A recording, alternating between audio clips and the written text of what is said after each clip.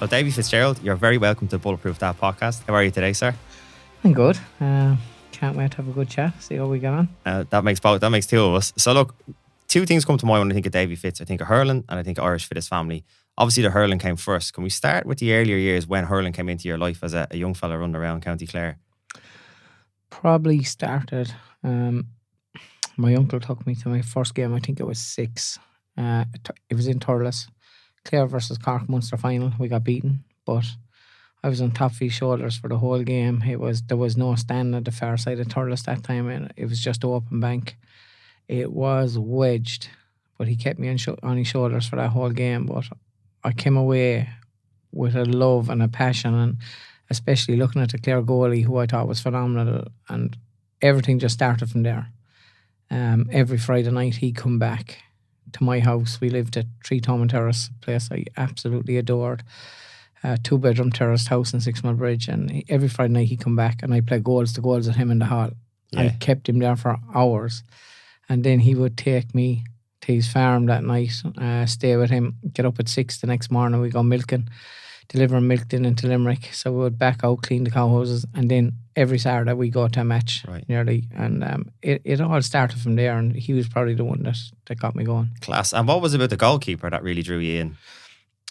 He was very fiery. He was small. He just seemed to be at the centre of everything, and it just stuck with me. Yeah. I never wanted to play outfield, and I didn't. A few times for school and that, but I wanted to be a goalie. That was it in the story. I often wonder, because I think you have to be mad to play hurling anyway, but particularly to go on goals as well. You often wonder what the draw is. So you would have gone to a lot of games. Did you start playing then at a young age as well? Like there was obviously a club in 6 Mile Bridge. Yeah, so we started in a field called the Bog Field. It's funny. It's you have to walk down the village. We used to walk down the village the whole time, and you just tug out by the side of the road. Right. No You'd have dressing to- rooms. No, jump over. You had to jump over a stream even to get into the field. It was unreal. So it was, when I think back at that, like the first 3 or 4 years, that's where we were. Yeah. Our new field was being developed, so that's how we started. What age were you when you started? Probably the bones of 7 to 8, maybe in that bracket. But the memories I have of it are incredible. The leagues we used to have, I think my second or third year down there, I was my captain, but I got one of the best fellas that was playing hurling was on my team, so I was laughing. Yeah.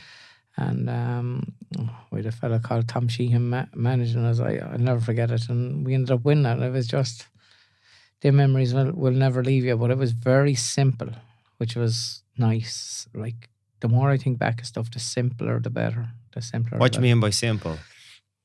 No, we hadn't any dressing rooms. Yeah. We had a field that was bumpy. But when I look back at it, I think of the joy we had down there. Yeah. And that was simple. Like there wasn't any fuss, there wasn't anything. It was come down, do it, play, and go in. And it was great. And obviously you lived for hurling, but what was school like for you as well? Were you into school, or was hurling what your pure passion was and your focus? Yeah, you probably won't believe this, but I would be a guy that wanted to sit in the back of the class and please don't ask me anything. Yeah. I just wanted to get to 2 or 3 o'clock so I could go hurling. Yeah. I had no interest in being there. Okay. I had zero interest in being in school. School was a way to play hurling. School was a way just to pass the day, more or less. Yeah. And there was a lot of sport interested me. Yeah. School was just, I had to go for the sake of going. That was it. And the farming part of it then, like, was that something you did with your uncle on a regular basis as well? Was farming a big part of your upbringing? Yeah, probably from the age of 5 or 6 till I was about maybe 16, 17. Right. I would have been on the farm every weekend. And what sort of values would that have instilled in your young age? Because it's hard work on a farm. Well, it's hard work, like mucking out the sheds, like, was unreal. Delivering the milk in and out of the trailer, delivering bottles into this house, that house, up early in the morning with the cattle. We'd often walk cattle. We could walk cattle from the farm down to Mealich, like you're looking at 3 or 4 or 5 hours on the road. Like, right. I think what it gave me was a value of hard work, which probably a lot of people don't think I would have had, but I did have with John. He was a very hard worker. I can remember we were actually tramming here when I was really young. I used to get to do the butts. Right. So pull the butts of the trams, which is very interesting back then. I loved it. I just loved being on the farm. I learned to drive by getting into his car and taking it off when I think I was only 13, right?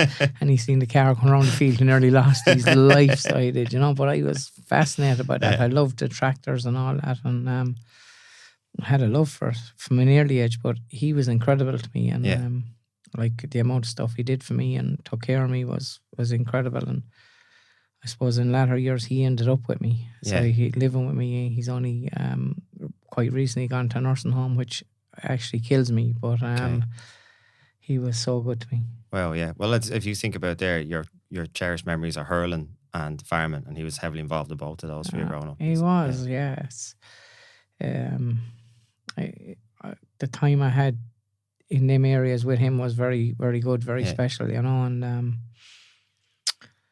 you never forget, like, being out in the fields just playing, imagining you're this player and that player. I'd spend hours out there just with the hurling ball, but I had the freedom of the fields, and we, like, where the farm is, it's away from main roads, kind of like you'd no real danger around as such, and I loved it. I loved that freedom. Yeah. And when did you start to realise you were getting good at this hurling thing? I don't know. I worked very hard at it. Like, I wouldn't say I was a natural. I think I worked extremely hard at it, and I had a dream to play for Clare. That didn't always, like, go smoothly. Like, it was knocked quite a bit by certain things and certain people, and I had a dream from a young age. Like, as I said to you, you probably would not believe how shy I am or was back then, and I love going to matches. Would I be one of these vocal fellas that would be roaring and shouting at matches? No. Even to this day, when I go to watch a match, you won't very rarely get any word out of me. And when I'm on the sideline, maybe a bit different. A different story, yeah. But I wasn't. I was actually quite the opposite. Would have been that way. Probably when I got a hard time in secondary school, maybe that's what brought me out of my shell a good bit. But no, I used to love going to see Jerry McInerney, my idol, playing for Clare, as well as Seamus Jurek, and going to the Clare matches was a massive buzz for me. Yeah. Going to see Six Mile Bridge, my club, they were the two things. So that's what you lived for the whole way through, it was going to those games. Going to those games, and the fact then you actually get to realise some of it later on, it's kind of surreal, but when you're growing up, that's a 1,000 miles away from you. Yeah, but you got into the Clare minor setup then, didn't you? Yeah, I played Clare minor, which is under 18 at 15. I had 3 years at Clare minor. Wow, at 15, that's a huge achievement. 15 was a big thing, So, like, if I hear someone at 15 years old playing minor, 3 years ahead of themselves, I think, well, that kid's obviously quite gifted or has worked very hard. But what were the knockbacks you were getting? Like, was there anything that was held against you when you were younger? Can you remember? There was a few things. One, my dad was involved in the county board, so probably you had fellas. I remember an umpire of the game, I might have had a go at him, and he fairly taught me the only reason you're playing the goals for Clare is because of your dad, right? Because of my size, I wouldn't have been the biggest lad ever. That have been held against you at times. Yeah. It was, but it's amazing how some of our best athletes to ever produce in this country all came over something similar about their height. Yeah, that kind of drove me on a bit more. Like, I never really bought into it, so to me, it just made me work extra hard, and I think that's important. I think that's really important because there's going to be people listening to this, not just men, but their kids are going to be listening to this as well. And there'll be a few kids who've probably been told similar by managers in the past. So just to have an example like that is really important to mention that, like, again, there'll always be people with opinions, but it's how you digest those opinions and what value you put in them is huge.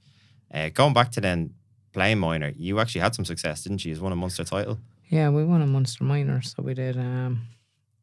I think the biggest ingredient for success is actually losing.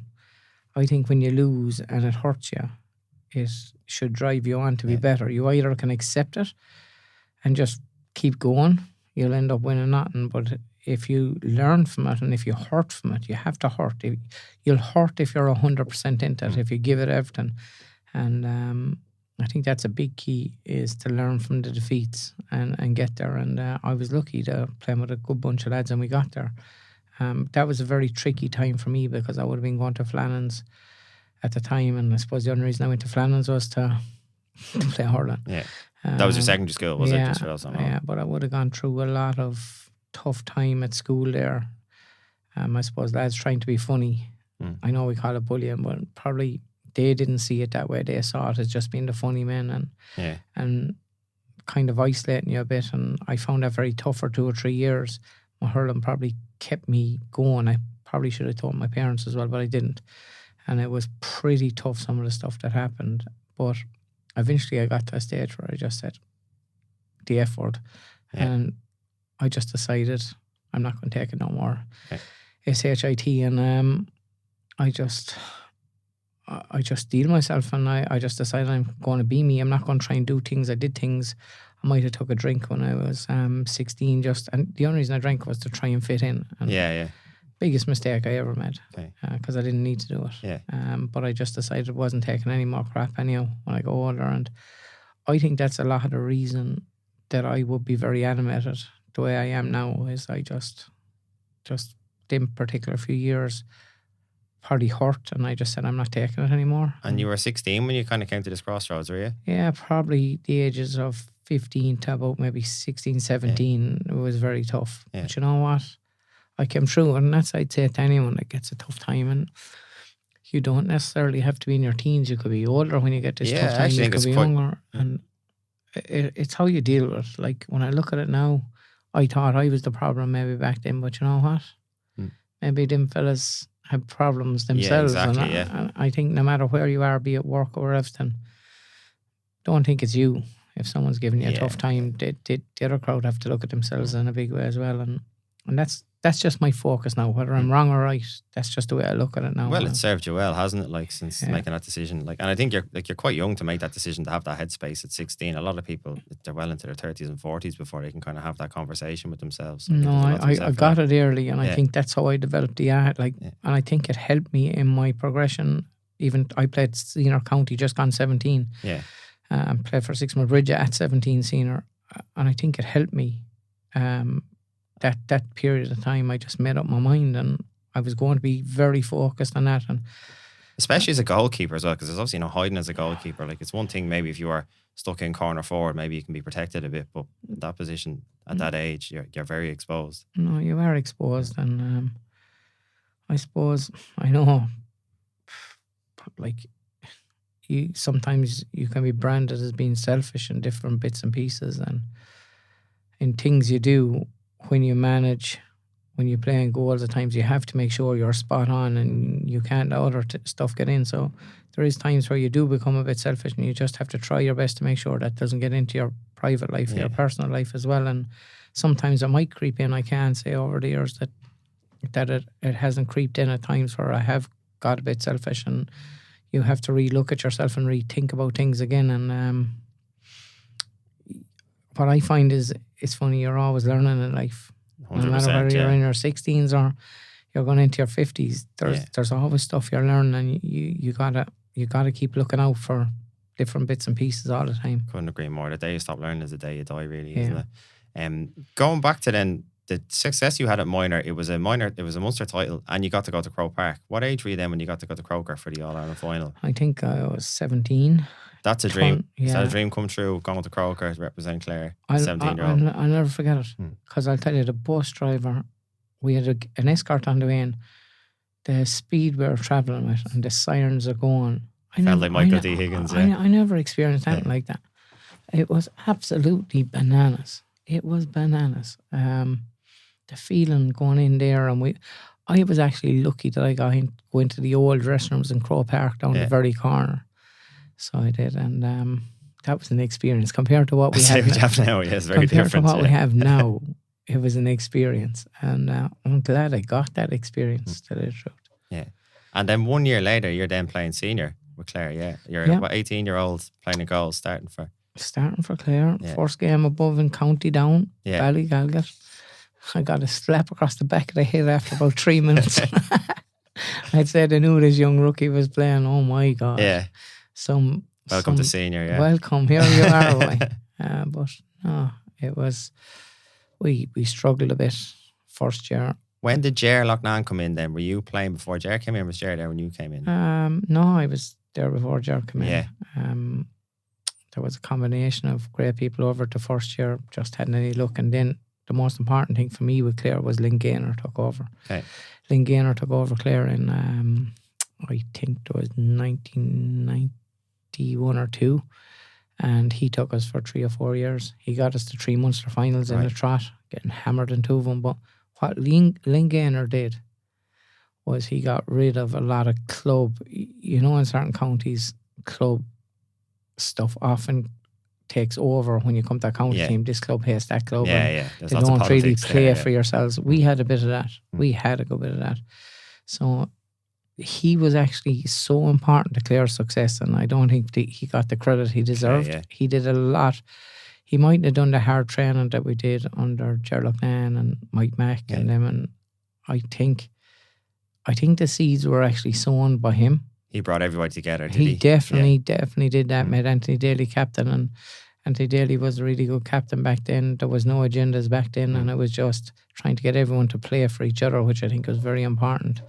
And like you even take the Bridge Clarecastle, our rivalry would have been massive. But I think it was 94, 95, Dalo, he had God's pretty tight, but I'm having a meeting down in Killarney. I think it was in early 95.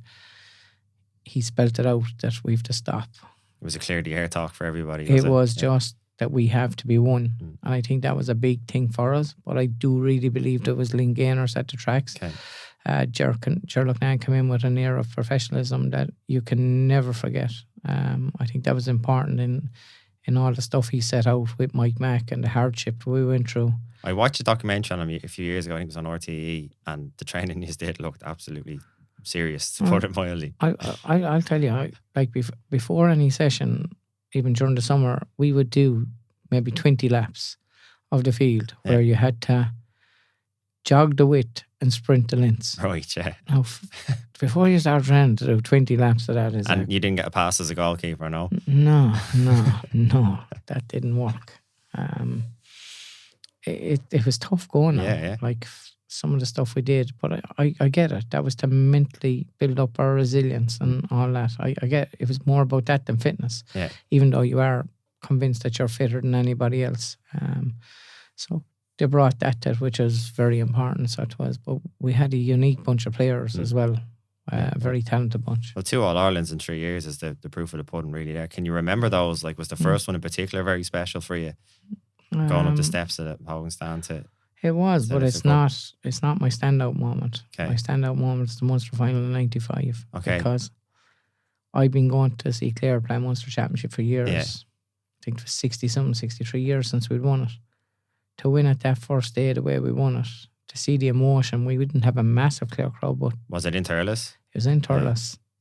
Yeah. I'll never forget, the first person out to me was my dad. He's not very emotional, but my God, what he said to me that day is incredible. And the respect I have for him for the work he's put into GA. A lot of people in Clare would have found him tough and he might be hard to deal with.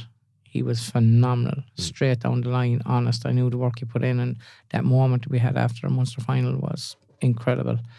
That was very special. But I'll never forget being carried over to where we got the cup. But to see the emotion in people's faces, and people often ask me about victories and cups and medals. I don't really value them. As in the actual physical cup or medal itself? I don't. What I value is seeing people happy, being able to have the power to make a county happy or to make a bunch of people actually feel incredible. The impact is unbelievable. Watching the emotion under that's what rocks my boat to this day. So it is. And looking at that on the way over and seeing fellas crying and getting to understand that, taking the bus around Clare for a week. I can go home for a week. We just could have ended up in every house. So it was just bananas, and it's hard to explain it, but the memories of that will live on, and to do it with a great bunch of guys was massive. And I'm very aware of that. Like, maybe I would have been singled out, Shawnee McMahon would have been singled out, Dalo would have been singled out. Sparrow, there would have been 5 or 6 as well, I'm sure as well. Like, every now and again he'd pop up, right? Like, us fellas probably would have been picked out at times, but trust me, I look at a fella like PJ O'Connell, what he did and the value he gave us, and it's only when you really think back afterwards, I would 100% not have won the All-Ireland probably without him, without the likes of Ollie Baker, without the likes of Eamon Taff, who come on and scored the goals. There are so many fellas that were just incredible. Fergal Haggerty, like, I know the guys that really wouldn't have been in the limelight, too much, but we wouldn't have won only for them guys. Just a savage work rate to put in on the pitch. What they did, but they're good guys. Yeah. Like, a lot of them guys, really good guys, you know.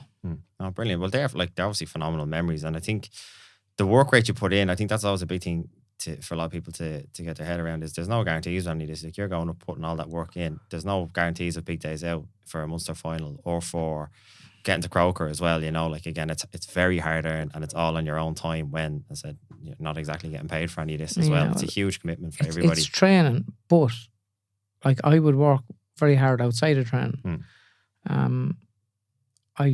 If I didn't do another 2 or 3 days myself, I always felt I had to do extra, that I could nearly say I've done more.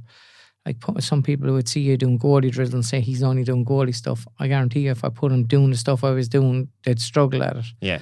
The work, I love doing work on my own. I think that's very important. So what I'd say to anyone up and coming now, the stuff you do on your own, that you can improve the aspects of your game that need improving, that's vital.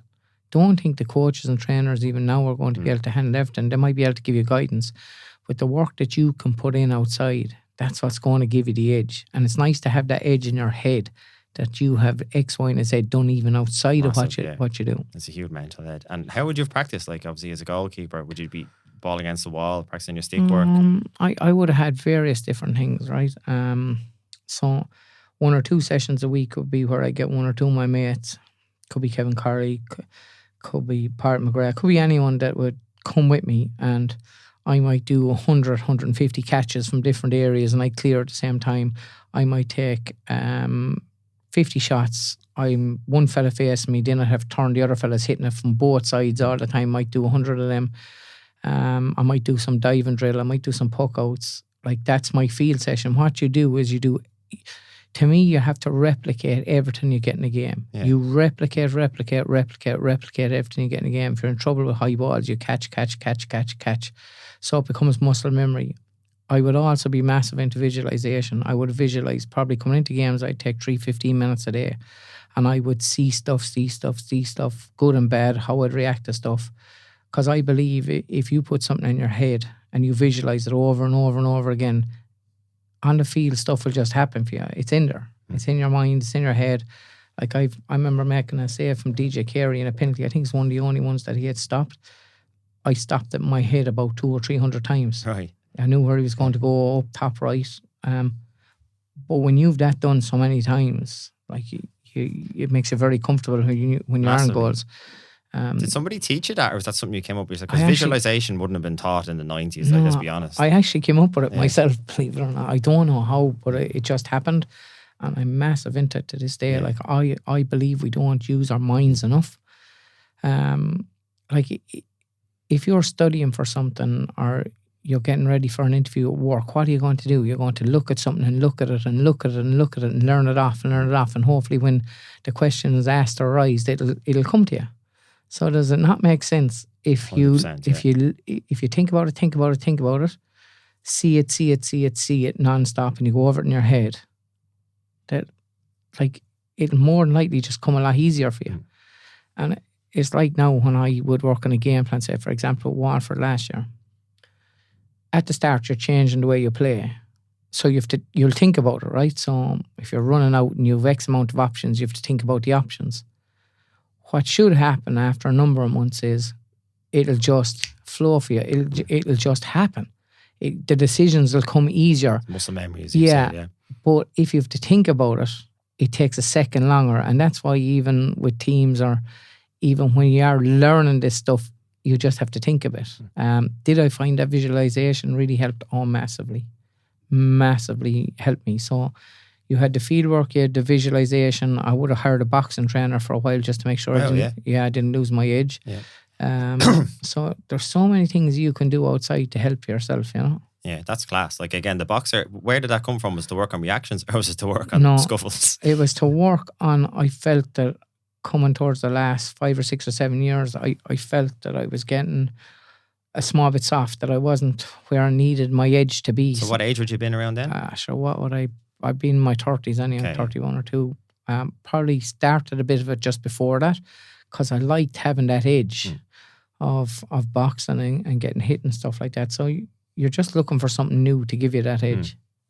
And then going from the playing career, you hung up your boots. You managed 6 Mile Bridge, but within a couple of years, the call for Waterford came. The first call, obviously, back in 2008. Can you remember that? Because I was just doing a little bit of research here, and what I didn't cop was you actually took over there. It was the middle of the championship, wasn't it? It wasn't like a standard one where you maybe take it just before Christmas and then you have a whole run in. They had been knocked out of Munster, and then you came in. Then they were just into the qualifiers. Can you remember that? That's 2008, right? Yeah. But what you've got to remember is I actually managed my first team when I was 17. Okay, right. Right. Was that 6 Mile Bridge? Yeah. So that's put me probably 1988, right? Yeah. That's 20 years before that. Okay. So in that period of time, from 88 to 2008, I would have managed a team or two every year. So I managed our 15s, 16s minors in the bridge. I managed our intermediates. I managed our seniors. I would have managed 14s, 16s, 18s, 21s with Clare in that period as well. I would have managed different clubs. So I had 20 years of experience coming into that, and trust me, I needed every one of them because I was decent at the drills, but I was pretty shocking at understanding people and thinking my way was the right way to do it. Going back when we were talking about there about your visualization and stuff, do you think the fact you were coaching from a young age, you probably looked at the game slightly different to the standard player because you weren't just thinking about it from a player's perspective, you were also trying to coach people through this as well? And do you think that maybe helped with your own game and talking about stuff like, do you think you would have come up with the visualization work yourself just as a player? Or do you think becoming a coach and getting that perspective from a young lad kind of brought these things on for you as well? Yeah, I think being a coach was good. Because it's a young age, 17, 18, to become a coach is very young for the average person. It is, but I loved it. I always had this longing or feeling as well to help and to be able to coach and do stuff. What's is it to see improvement in people, or what? I love that, or to change things up, try new stuff. Like I get killed for stuff I try, but I don't really care. I don't want it to be, if you do the same thing as other teams, you're going to get the same results. So it's like when I played the plus one, people call it a sweeper. They actually have not a bananas what they're talking about. The old debate, really, isn't it? I'd be laughing at people. I look at teams over the last 10 or 15 years, even going back maybe a bit longer. I can see 12 and 13 bodies behind the ball, and we're meant to be playing 15 and 15. If you go back, don't be fooling yourself. Even right now to this day, one of the most prominent teams get 13 fellas and 12 behind the ball. With the way I actually play with the plus one, I don't need them bodies back. I actually will end up with 5 and 6 backs and maybe 7 at times, maybe for between 20 and 30 minutes, maybe. But most teams will end up with way more than that. And there was this perception put out there. And I'm thinking, you're not really with it. That's my opinion. If you look at it outright, you'll see the transitioning. Like when you play a plus one, you're 5, 6 and 7, they can go forward. If the opportunity arises, like a lot of teams were allowing the 10, 11 and 12 to go back and pick easy ball. And if you allow a 10, 11 and 12 to go back and pick ball off their own half back line and get it into midfield and you're holding your 5, 6 and 7, if they're good shooters, like they're going to shoot that ball over, or if they're good at giving ball to the inside, they'll bypass the 5, 6 and 7, so it's irrelevant. I love to press that 10, 11 and 12 that are going back for soft ball. Well, that means I have to get my half forward line right out as well. So it does. But I'm fascinated by different things you can do. I'm not saying there's anything wrong with getting so many bodies back behind the ball, but it's happening for years. If you want to tell me that teams that won All Irelands over the last 20 years are playing a straight 15, go back and have a really really good look at it. And when you look at it, you'll see it. See it well. And it's not being, I'm not trying to be smart around. I look at the games massively and it's there. Like I have gone through it for years. Going back, the reason I brought up Waterford in 2008 was just I was keen to find out there's a lot of people who'll be listening to this podcast who are involved both in sport but also in business who find themselves in a leadership position possibly at a tough time.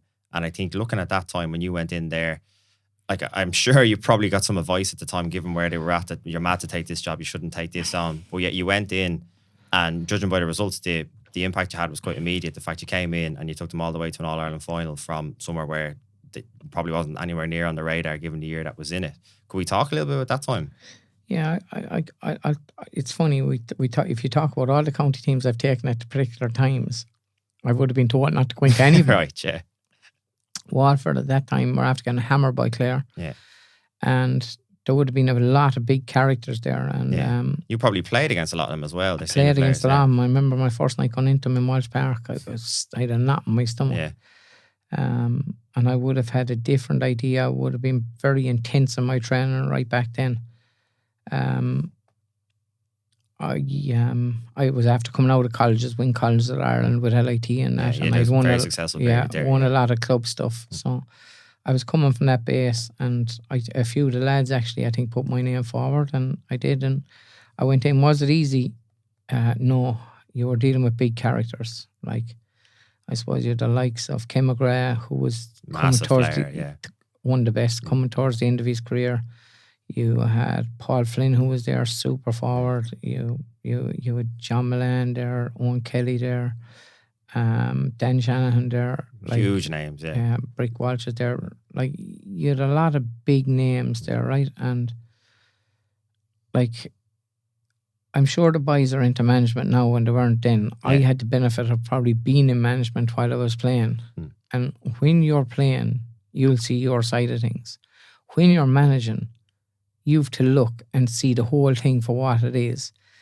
Is this fella going to contribute to the game plan? How is his legs? Is he thinking about the team? X, Y, and Z. So as a player, you have to get yourself ready. You have to be able to do what you can do best in your position and make sure that's right. Be a team player if you can, it's best. When you're a manager, you have to make sure that the whole dynamic is right, that we have a game plan to suit the team and everything. There's so many different questions you have to ask yourself as a manager. It's bananas. And would I have kept all of them happy? Definitely not.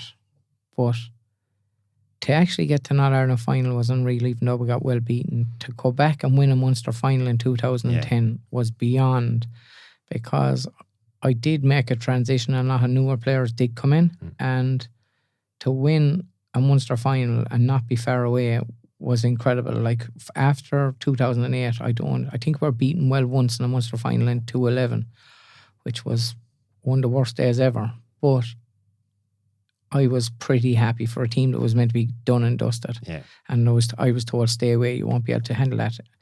And what was it? Did you felt in yourself that you could do it? Was it to prove people wrong, or is it just you knew deep down that you wanted to give this a go? Because it was the next step for you, the success you had at LIT to go to Intercounty. Well, I was only brought in for 3 months. Like, that was the plan. Pat Flynn said it to me, listen, this is short term, you have 3 months.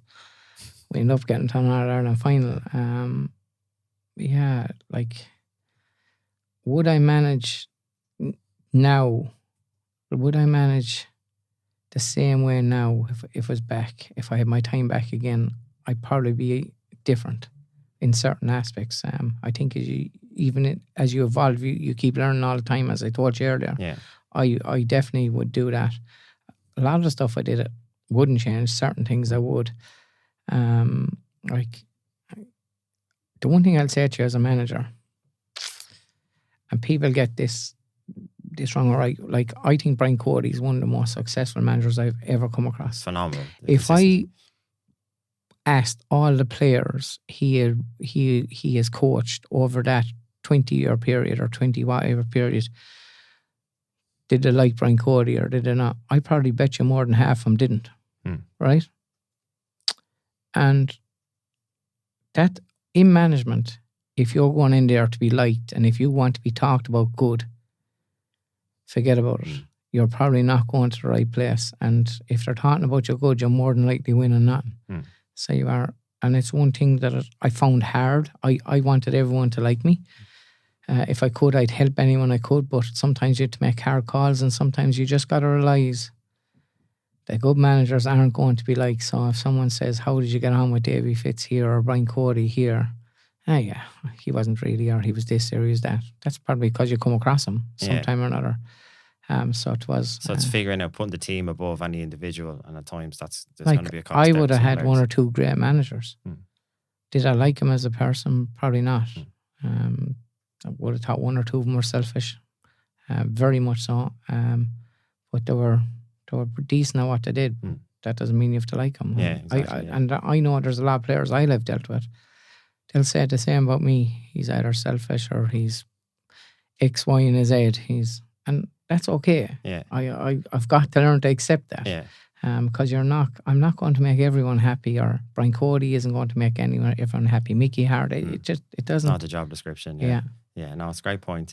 If I was a fly on the wall, say, in the Waterford dressing room back then versus obviously you're 15 years later, you're back with them again. Yeah. What differences would I see in Davy Fitz now coaching Waterford compared to 15 years complete later? opposite, probably. Right, okay. To what you would have seen. What would be the biggest ones that stand out?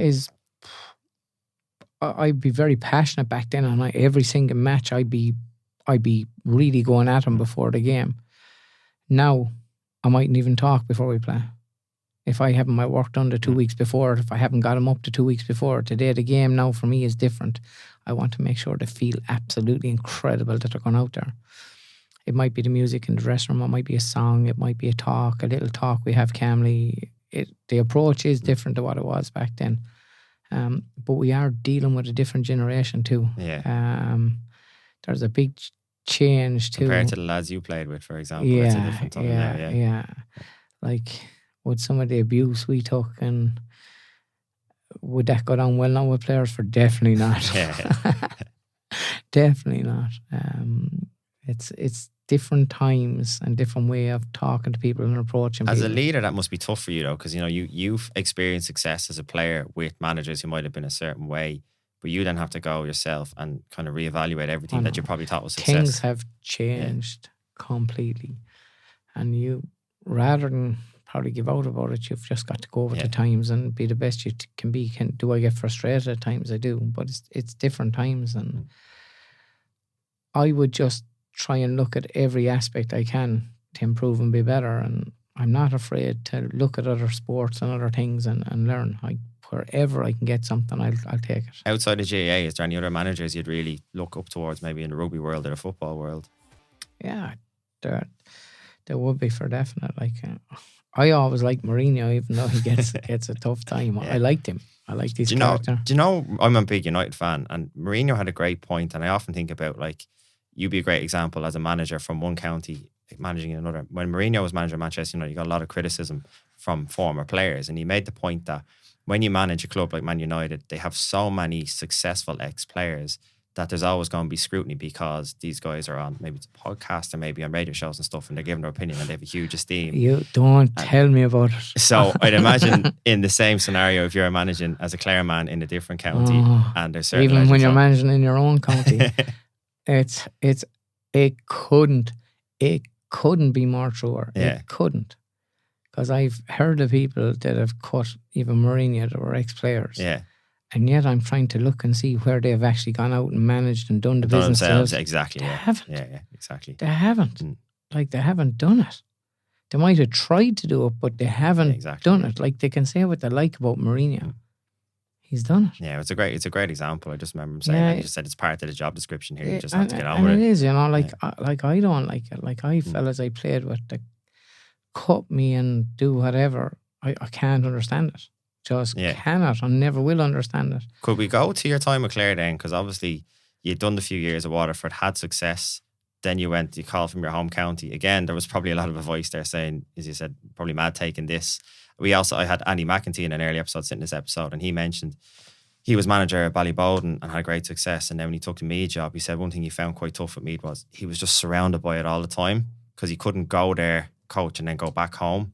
Home was his home county, so he just felt there was a different intensity to it, and it was a bit more exhausting. I didn't exactly say that, but that was kind of what I got from what he was saying. Just living in the county that you're managing and being from there as well just adds an extra level of attention and intensity and probably scrutiny to it. Yeah. Did you feel that yourself? Well, listen, we hadn't won at Manger since 1998 Munster final. There had been a few difficult periods within that.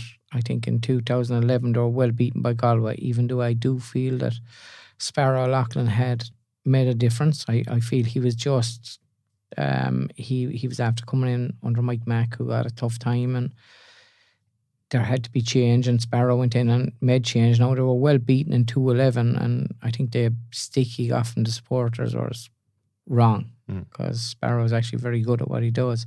And he was a former teammate of yours. Yeah, and I got to come in after him. They were well beaten by Galway, and I remember people saying, "You've nothing." And there did a team win All Ireland under 21 in 2009. We had won All Ireland 1, and I know on 10 and 11 it didn't look like that, but I said, we can't be too far off. And I came in. I think we made a lot of changes in our first year, and one of the big things that we decided was that we bring in a lot of under 21s. Like most of the first 2 or 3 years we were there, we had the bones of 15 or 16 under 21s that would have been in our panel at 36, which was, in my idea, was a good thing to do, because when they went back playing 21, they were after training with us non-stop. Yeah, they brought the standards back. So they were able to bring the standards back, and thankfully we got 3 21s, and in fairness to Donal and Jerry, they were very understanding as well. That was Tony Kelly one of those, or was he? Yeah, and it was great. Like, in fairness to that under 21 management, they were happy for them to train with us and go back then. And you don't always get that in every county, I'd imagine. No. So I often look back to Donal and Jerry, and I think fair play. It isn't easy when you have to train a team and you don't really have all your players until we're out of the championship or whatever the story is. Because they're getting judged on their results as well. It's tough. It is, but I think they were smart enough to know they're training at a level with more senior players, and that was good. So, that was a great period. So it was, but in your own county isn't always easy. Like, I knew, it's funny, when we won the All Ireland in 13, I remember sitting down with my family that night, and I said, "Well, do you see what's going to come?" Yeah. I said it that night. I said, "Well, do you see what's going to come?" And lo and behold, it started the following year. So your logic was, enjoy this while it's here. Oh yeah, because it's not. We'll probably from within, there'll be a bit of jealousy and stuff will start to go. And it did. I knew that, and they'll tell you at home, I said it was probably going to came quicker than I realised. We had a club issue in 2014 that was started by certain people. In 15 there was an issue, and there was more. In 16 it was just building. Like, we have to win the All Ireland now, and you can imagine you shouldn't be having these issues. Yeah. If you look back now, you'll see it was there. Between 14, the club, 15, there was stuff on the paper asking for reviews and this, and then 16, this is within a year when the All Ireland. Yeah, so you could more or less tell the stuff was being organised back then. Yeah. And that has kept going for a number of years. So it has, by a particular group. Okay, right. That are still on the go. Right, but, okay.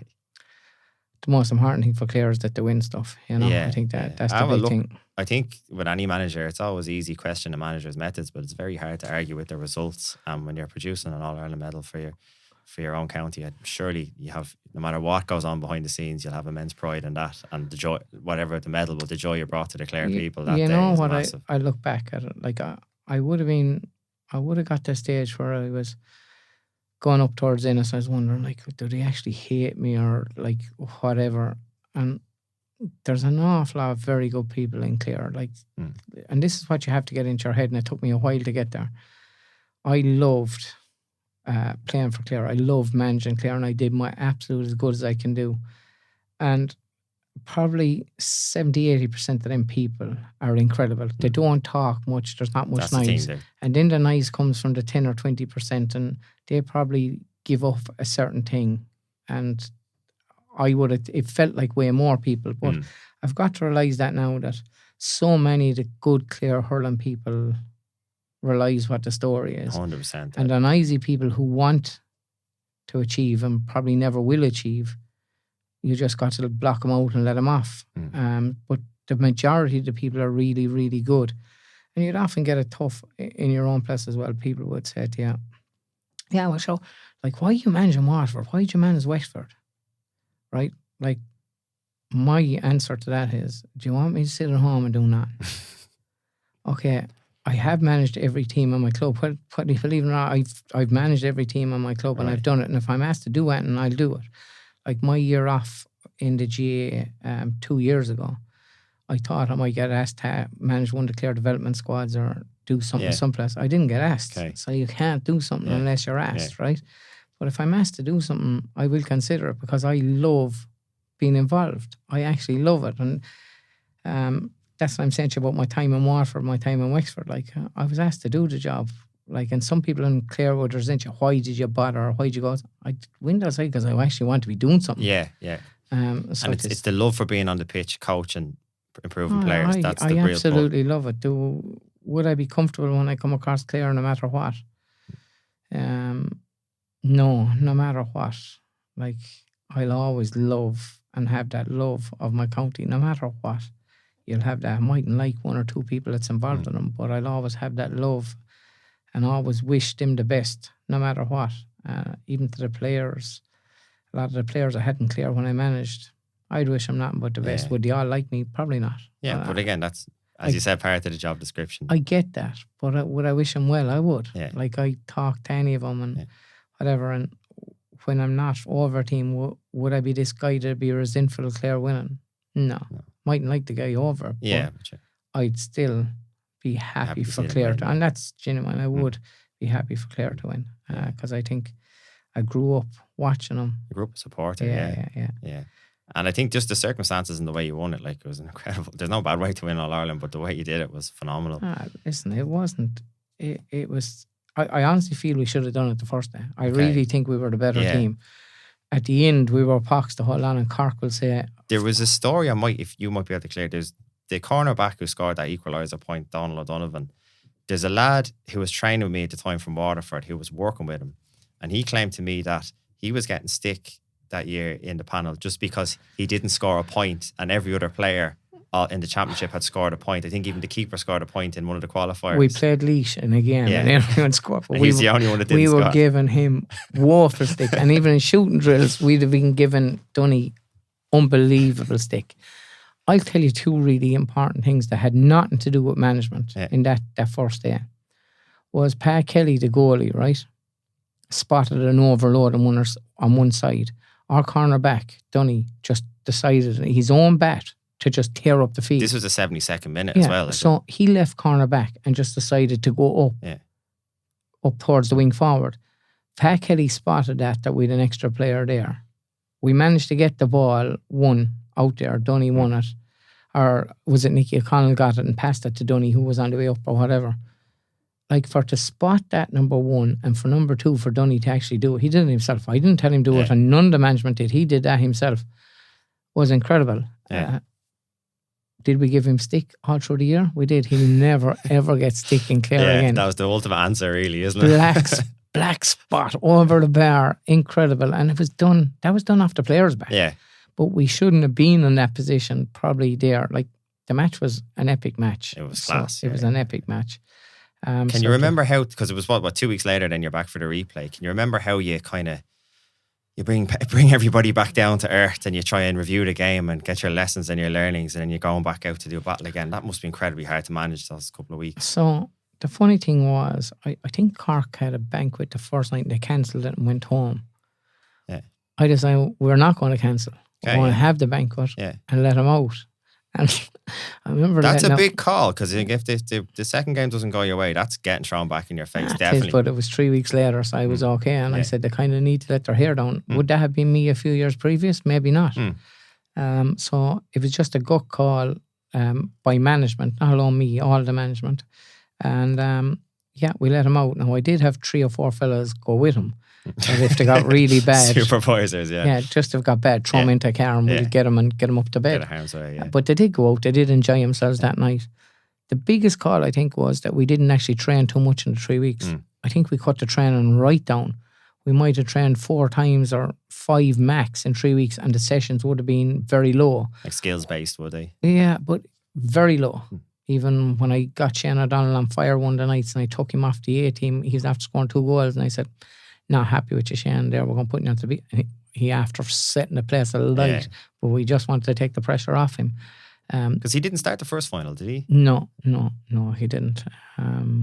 But I knew when I got Shane O'Donnell on the panel early that year, especially a game we had below Cork under lights, I knew there was something in him. What age? Can you remember what age he was then? Yeah, like he's a phenomenal athlete, like you see him now, even still to this day. He's a serious athlete. Serious, but he's so smart, so intelligent.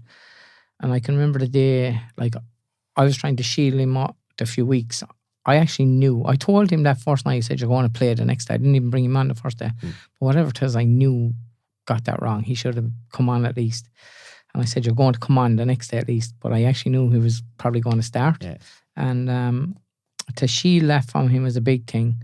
And in fairness, Dara Conan, who probably wouldn't be one of those fellas who doesn't particularly like me, we left him off the second day. But I explained to him that I was trying to shield Shane. I said, you're going to have to take the brunt of this. And in fairness to Darroch, in fairness to him, it's not an easy thing to do. He did it. He did a big thing for Clare.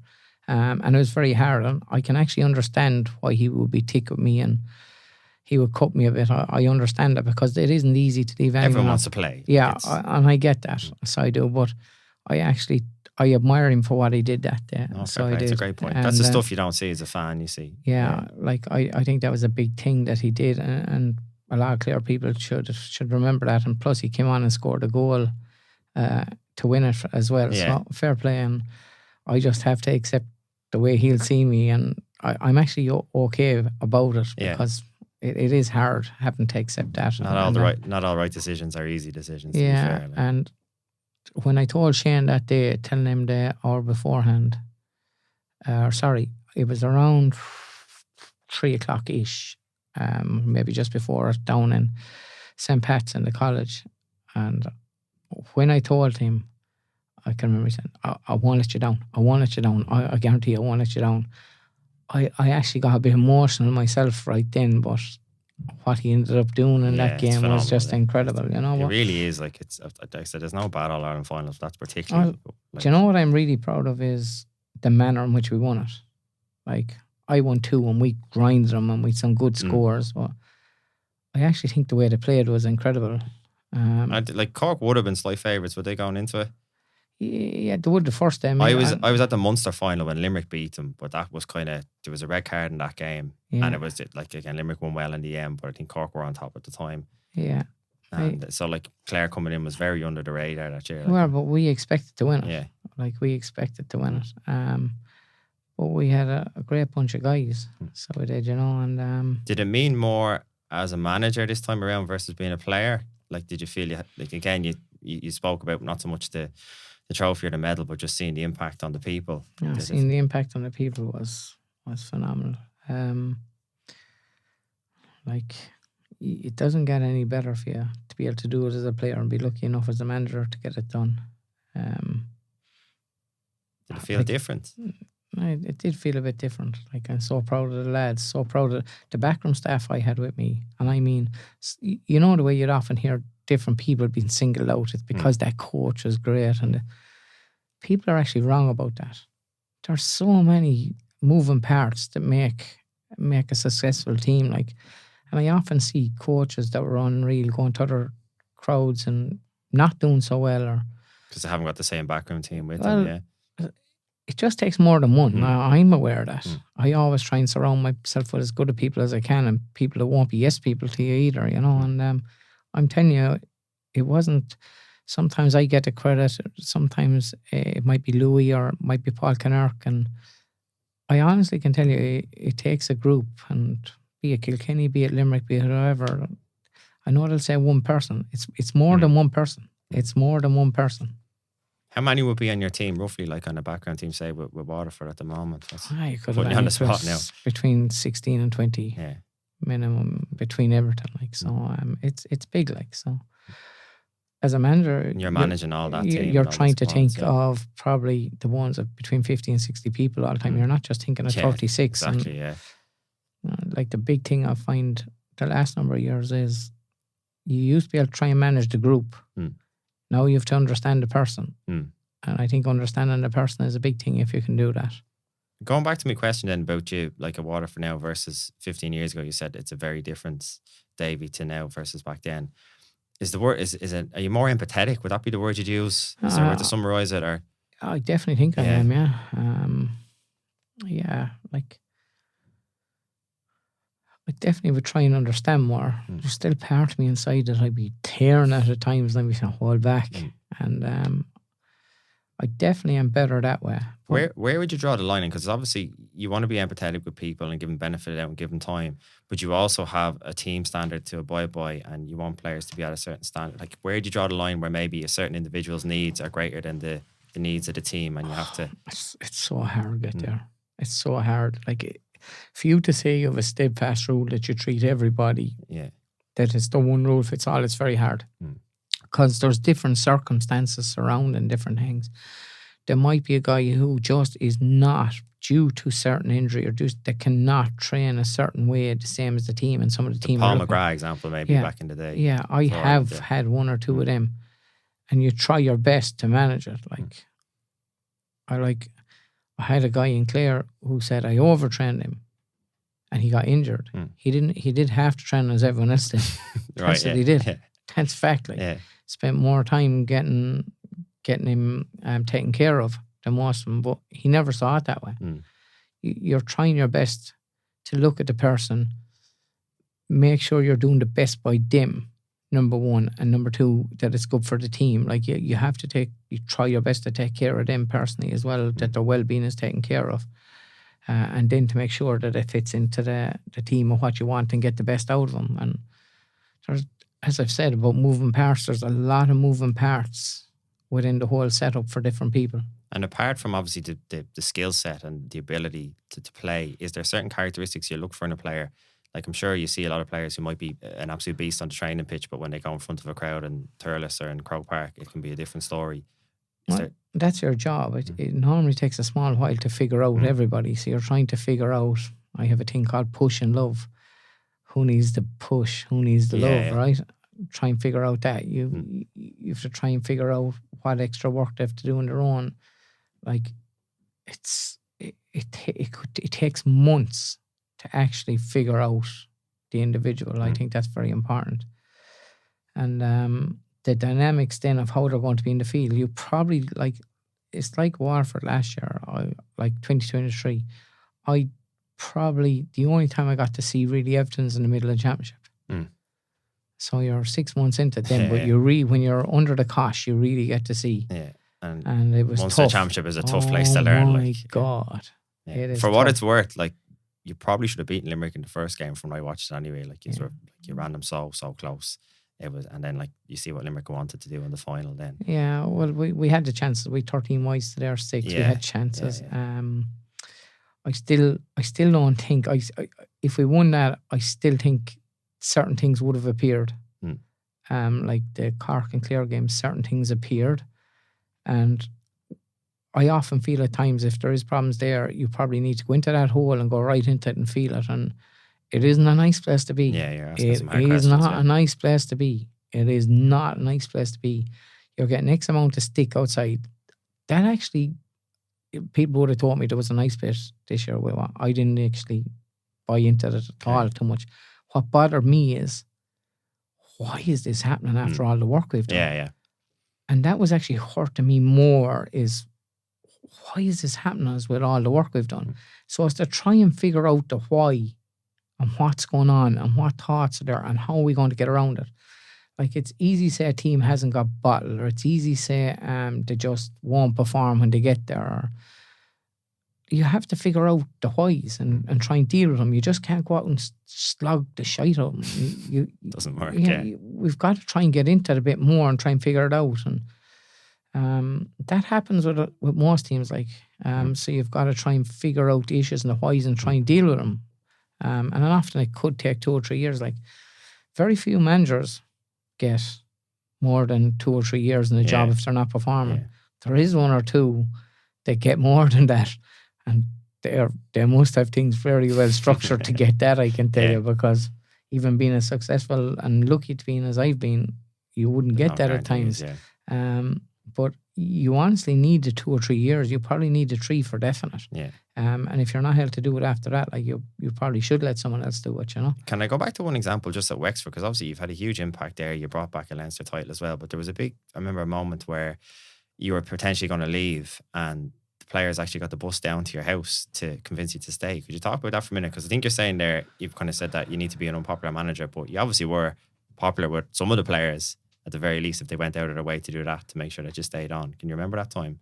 Just probably going back, Yeah, 7, 8 years ago. like even from my time at Clare to Wexford, I probably became a better manager, a better person, and to deal with. And the fact that Wexford wanted me back so much was massive. And it actually happened twice in Wexford.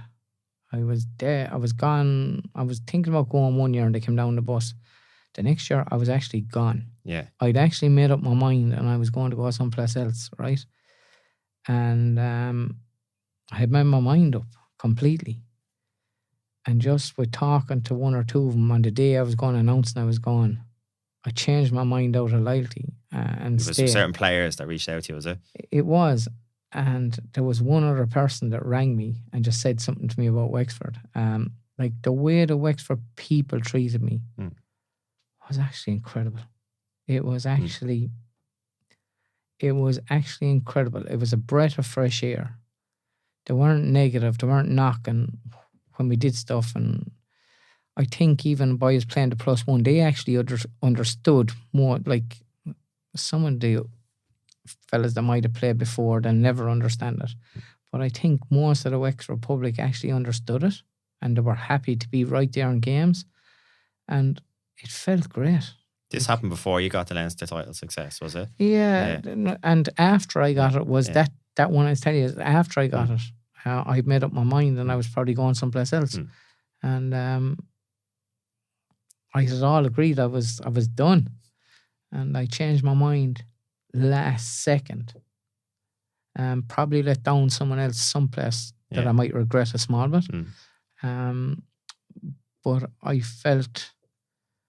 just felt with the way the players were towards me and the way the county was towards me, like it was a massive long journey. Like you're on about another 30 minutes to 40 from Waterford again. Like Spain, it's over an hour each when you're taking both ways. As we were saying off air, you get a lot of miles in the car. A lot of miles, it's in the car a lot.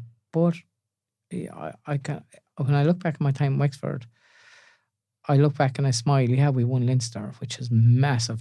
The reception we got in Gorey, I'd say it was incredible. It was. Oh, I'll never forget it, and to have made a difference. And I loved it down there. It was great. And you don't regret. I don't regret a second of the time I had down there. I regret that we didn't win All Ireland. In 19, we had the chance. I know Tip went down and won the All Ireland. They didn't beat us. We beat ourselves. Yeah. And I've no doubt it wasn't anything special that Tip didn't the sideline or anything like that. It was us. It was us. That All Ireland was there for us. And I'd like to think most places I go that I give ourselves a chance within 3 years of winning one. Yeah. And in our third year at Wexford, we had a chance. Yeah. We had a chance. Yeah. And again, because I actually was at my wife's from Limerick, so I got to go to a lot of Limerick games. And again, I was at the Munster final that year, and Limerick, they beat Tip comfortably that day, so no one saw Tip coming on to win the All-Ireland that year. I was at the game when the semi-final, when Kilkenny caught Limerick cold that day, and up to half-time of the final last year, it looked like it was going to be the same thing again. But were you in at the game? Did you go to the final just gone? I would, I would. Like, Limerick, phenomenal team. I've nothing but admiration from, and I get killed in Clare when I say that. Would you think if they had to play the Kilkenny team from maybe 10, 15 years ago, if you had to pick a winner between the two, who would you think? It'd have been an incredibly tight game. Yeah. I think to be incredibly tight, I probably would just about pick Limerick. Yeah. But different times, the games changed a small bit. They were both phenomenal teams. Both. I listened to one piece of analysis you did on the game, and it stood out to me. A few days before I went to that game, I listened to a thing Roy Keane spoke about. He was talking about Eric Cantona, and they were talking about him being a leader and scoring goals. And Keane said something about Cantona, that, because again, I'm a United fan in case that's not obvious.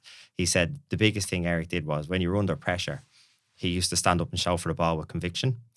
And you mentioned something about Keane Lynch in the first half of that game. He did something very similar. And I remember watching and thinking the same thing, because like they were under serious cost. Like, Kilkenny were doing what they were best. At that particular time in the game, 100%, he was keeping him right there with everything he was doing. Massive in it. Like I look at guys like him, I look at Dan Morrissey. Dan Morrissey never gets the credit he deserves. Never. But he is Mr. Consistent. Will you clean him? No. You're never going to get nearly the best of that lad. He's given the tough jobs by Limerick, and an incredible player. It's like his Keane Lynch, what he did that day. Like I look at fellas like that and I think really, really good. like they don't owe anybody anything. Yeah. They owe nobody anything. Could they win another 1 or 2 or 3? They might. But then again, like the cycle will change. It's only a matter of when it will change. It does for everybody. Yeah. It's just reality of sport, in all sports. Davy, I could talk to you about hurling all day. The final thing I'd like to ask you about is just the work you do on the TV. Irish Fittest Family in particular, that's coming to its 11th series now, just kicking off in a couple of weeks. That's a massive achievement in itself. I think a lot of people don't realise you were actually one of the creators of Irish Fittest Family. People obviously know you're involved in the show, but it was a concept you created.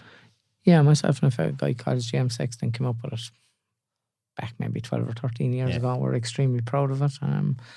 It's gone from strength to strength. What I'm really happy about is, you see family homes of a Sunday night and you'll see mum and dad, you'll see the kids. You might see their mum and dad. You can have 2 or 3 generations sit in the same room and watch the same thing. I'm extremely proud of that because there's very few TV programs that you can all relate to. This you can. Really proud of that. And it's an Irish production. And I can remember when we went in and pitched at North E, we got, with Bill Malone at the time, we got 10 to 12 minutes, he said. I was there an hour and a half afterwards. And you normally don't get commissioned that quick. We got commissioned quick and we'll get... I can remember it being said you might get 1 or 2 years at this. Right, there you go. Still going. Number it's going 11 from now. Strength. And the big thing is it has been sold in a number of countries, That's which fantastic. is great. Yeah. So to have an Irish production and that is brilliant. Will you become a millionaire out of his family? Not a whole lot. But it's like the medals and the cups.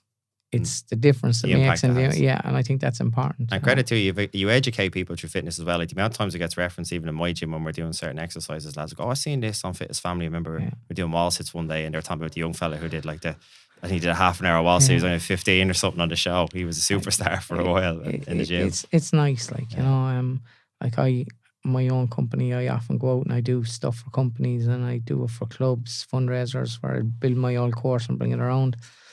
I actually enjoy seeing it. I enjoy seeing people going up the ramp, the 10-foot wall, how they're going to go at it. Because sometimes it's even more than fitness. It's actually thinking, how can I get a second here, there, or every place. So if you have a team of 4, you've got to actually think as well. So you're excelling your fitness, your cardio, all that, your strength.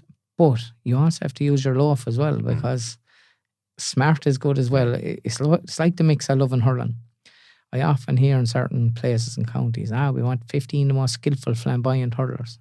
You're not going to win with that. You're going to win with skillful hurlers, smart hurlers, and you need the dog as well. It thrown in there.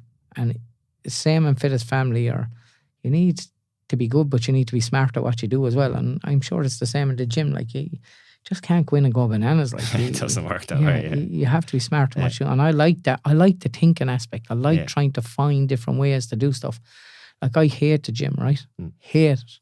But when I go in, if I'm doing 10 minutes cardio or 15 minutes cardio, I work in batches of 2 minutes. So I'll move my hand after 30 seconds one way, so I get through 30 seconds. I always have something to keep me going that length of time, and there's ways around it. So you're using your head the whole time. What can I do to get to this point? Chunking it up, right? Yeah, and I think that's a big thing with fitness even. Massive. And I'm not the fittest person in the world, but having a healthy mind is important, and I do think fitness is part of that. You don't have to go out and be in the gym 5 or 7 days a week, or you don't have to go out running 10K. There's a lot of other stuff you can do in the gym and out around that will give you that good mental health as well and keep you good, Well, a good example was the other TV show you did, The Toughest Teams. That seemed something that really brought the passion out in you. It was great watching it and just working with the young lads. It was, just for anyone to see it, you took the guys on a trip to guys from all over the country without trouble. Young lads, kind of, 16, 17, that sort of age bracket. Yeah. You took them to Iceland. This is something I'm extremely, extremely passionate about. You want to be able to try and help someone a small bit if you can, right? And let me say, firstly, will I come across stuff in my own house, in my own family that's tough? It is. And might I be able to solve it myself? No, I might need help. And I've come across that in the last few months, trust me, in something to do on my own. And we all come across something, but isn't it nice if there's someone there to help? And that's all I'm trying to do in this with the group of people I have. In Toughest Teams, we have a group behind us. be it S&C to help them better understand fitness, be it nutrition to understand nutrition, psychologists to help them deal with stuff that's gone on. We have a team around us. Like going to Iceland, I'll tell you what it was. It was working for a few months to go on this trek to Iceland. What the trek was actually about was when life gets tough and the road gets bumpy, stay with it. So we created an environment over there that was I've seen it. horrendous, right? And you did it with them as well, credit to you. I was gone 3 hours into the last day. I was gone. We had 9 hours out there. After 3, I was gone. I counted 30 steps at a time for 6 hours to get through it. But the satisfaction I got when my mind had gone, when everything had gone, that I just stayed with it. So what we're trying to say to anyone is, when life does get tough, just try and hang in there. Try and get to the other side of it. And that's what we're trying to say to these boys. Like, the fact that RTE gave us the platform to do it was incredible. Fair play to them. The production team we had, I cannot speak highly enough of Anima and how they actually look after things. Like, the only thing I find hard is told not to stay in contact with the boys, that we have to let them go and have to let them do their stuff, right? That they can't keep dependent on you. I give them my phone number, I told them I'm there. Would I like to ring them way more often? Yeah, I would be in touch. But we have to give them that freedom. We give them as much as we can. We be a support as much as we can. You would talk to them every now and again. I'd love probably more, but you can't. But what we were hoping is, one, out of the 14 lads that we had, that we'd make a difference in some of their lives.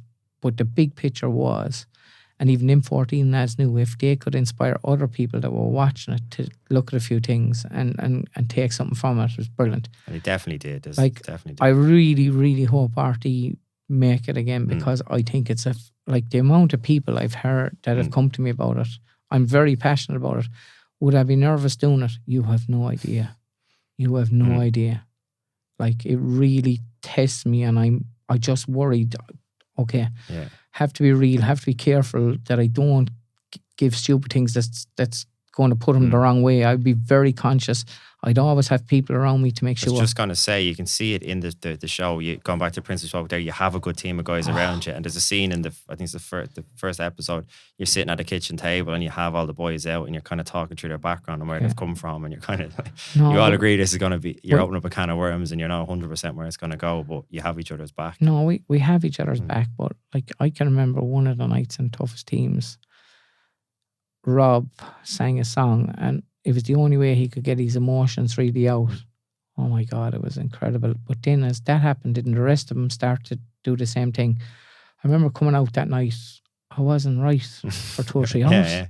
I was absolutely in bits.